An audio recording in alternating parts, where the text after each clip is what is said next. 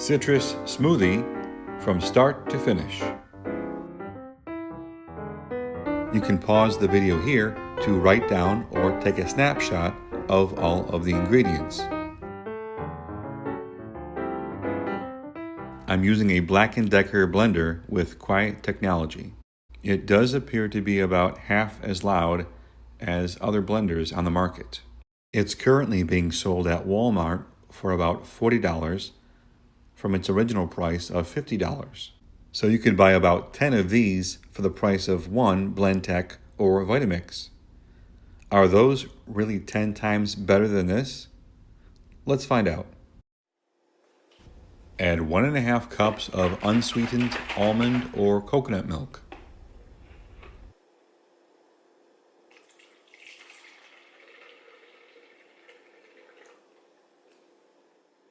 Add 1/2 cup of Greek non-fat plain yogurt. Add a handful of spinach or lettuce.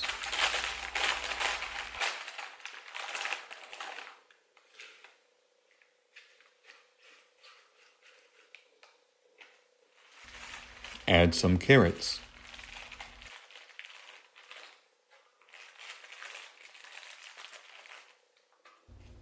Add 1 peeled whole orange. Add 1/2 a banana. Add a cup of pineapple bits.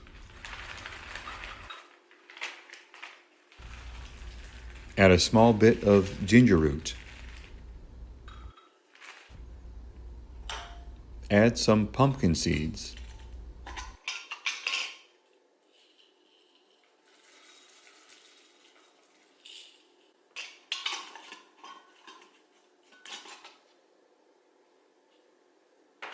And a bit of honey for some added sweetness.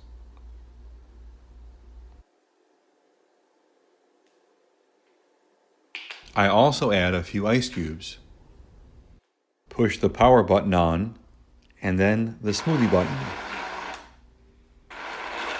This will run for about 30 seconds.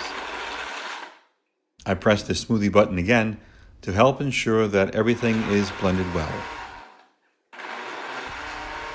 Note that pressing the smoothie button twice on this blender equals the amount of time pressing the smoothie button on the much more expensive blenders. So it doesn't really take that much longer, if any, to make a smoothie with this blender than those more expensive ones. Blendtec and Vitamix blenders do advertise silky smooth liquid when finished. But if I wanted it that thin of a consistency, then I probably would have bought a juicer.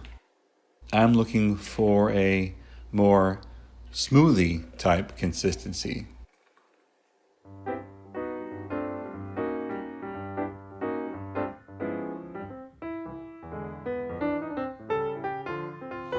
To clean up, all you have to do is rinse out the glass jar.